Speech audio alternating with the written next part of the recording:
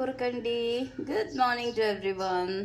దానికి మసాలా ధనియాలు, జీలకర్ర, అల్లం, వెల్లుల్లి, దాల్చిన చెక్క, లవంగ, గసగసాలు. లవంగాలు కనిపిస్తున్నాయా? ఇదిగోండి లవంగాలు వేసాను. ఓకేనా?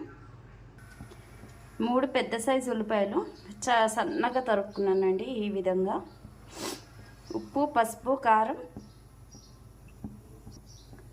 నూరుకున్న మసాలా ఇవన్నీ మిక్స్ చేసుకొని గుత్తి వంకాయలోకి స్టఫ్ చేసుకుందాం. నూనె వేడెక్కిన తర్వాత తాలింపు దినుసులు వేసుకొని ఇలా స్టఫ్ చేసుకున్న వంకాయలు పెట్టుకోవడమేనండి. వీటిని పెట్టేసుకొని సిమ్లో ఉన్న ఒక 5 నిమిషాలు ఖచ్చితంగా 2 వైపులు దోరగా వేయించుకోవాలి. పైనుంచి కిందకి, కింద నుంచి పైకి ఇలా కలుపుకుంటూ ఒక 5 నిమిషాలు చిన్న మంట పైన దోరగా వేయించుకోవాలి. కొంచెం వేగింది. ఇప్పుడు మిగిలిన మసాలాను వేసుకుందాం.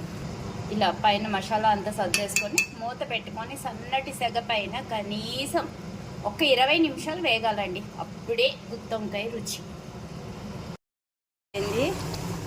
రెడీ అయ్యిందండి మన గుత్తి వంకాయ కూర.